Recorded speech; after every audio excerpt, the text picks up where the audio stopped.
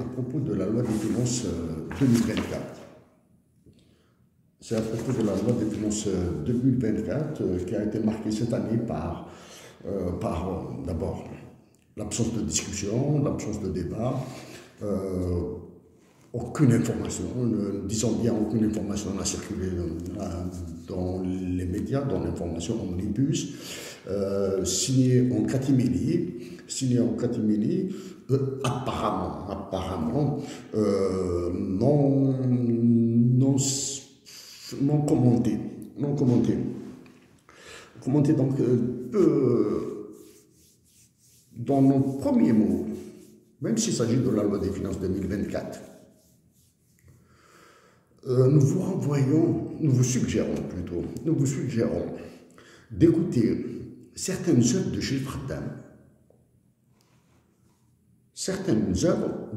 Khaddam,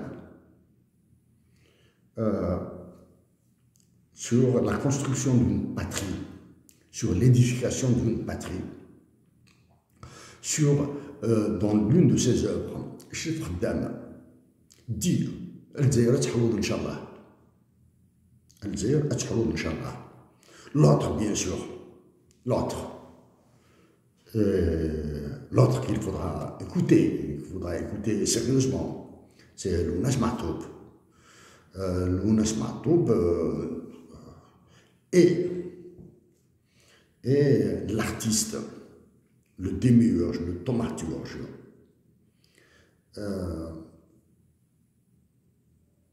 qui a fait sortir tout ce qu'il avait de tripal pour le bonheur de la patrie Algérie. Donc ça, nous commençons par de l'art, à travers deux Algériens.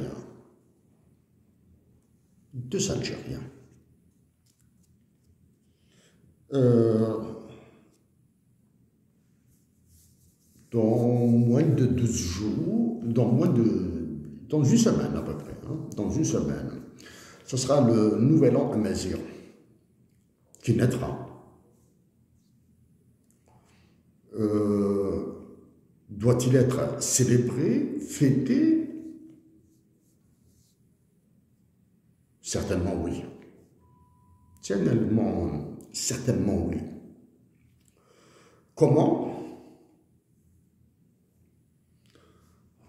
Nous espérons qu'en plus, des rituels de chansons et de danse, il y aura quelque chose pour la majorité de l'Algérie. Pour la majorité de... Aujourd'hui, du moins dans notre commentaire, nous sommes écœurés par la lecture de la loi des finances 2024. Nous sommes écœurés, nous avons des nausées, des envies de vomir, mais c'est le travail de fond. Le travail de fond, nous le réservons au FMI et à la Banque mondiale. Le travail de fond sur la loi des finances 2024, nous le réservons au FMI et à la Banque mondiale. Ce sera plutôt en anglais. Si nous devons déclarer la guerre au FMI et à la Banque, Fonds monétaire international et à la Banque mondiale, guerre qui nous seront plutôt préjudiciables parce qu'actuellement nous sommes en guerre contre Emmanuel Macron. Nous devons faire. Qui tombe? Pourquoi nous le disons? Parce que nous pensons maintenant qu'il faudra appeler le bâtiment de la présidence de la République, le siège de la présidence de la République et le siège de l'état-major de l'armée nationale populaire. Il faudra donner un nom, il faudra les baptiser par bâtiment Saint-Emmanuel Macron. En disant bien, faudra baptiser le siège de la présidence de la République, le bâtiment, et le siège de l'état-major de l'armée, à Inadja. Immeuble, Saint-Emmanuel Macron, devenu un saint en Algérie.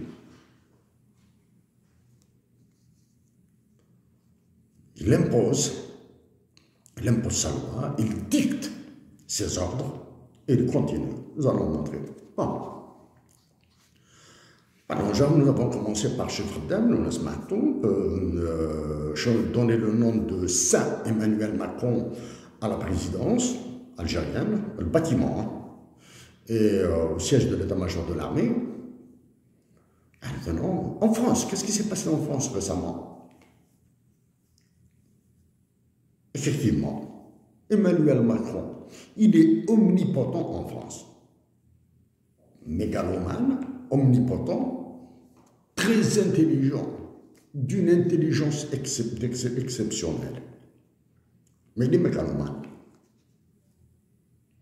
Et il est devenu omnipotent. Qu'est-ce qui s'est passé? Emmanuel Macron, son gouvernement, son parlement, les deux, Assemblée et Sénat, ont refusé l'agrément à l'association Anticor. Anticor, c'est anticorruption française. En France, banale, prétendue démocratie. Donc, tout le système législatif ont refusé l'agrément à l'association Anticor, anticorruption. Quelle sera son incidence sur l'Algérie? Ouais.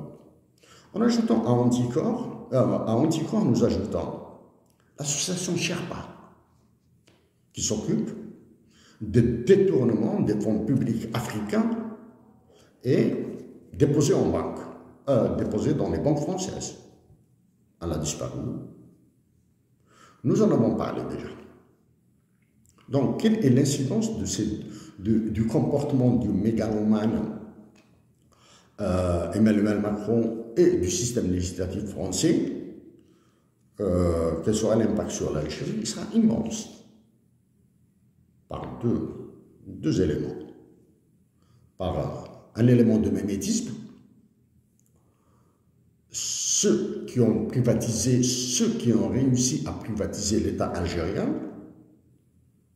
feront la même chose qu'en France. Par mimétisme, on appelle ça mimétisme.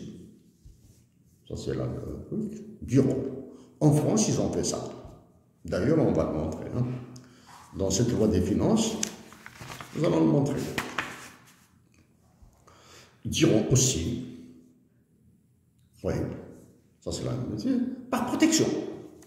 Ils feront la même chose en Algérie par protection, pour s'autoprotéger. Ça c'est assez introductif.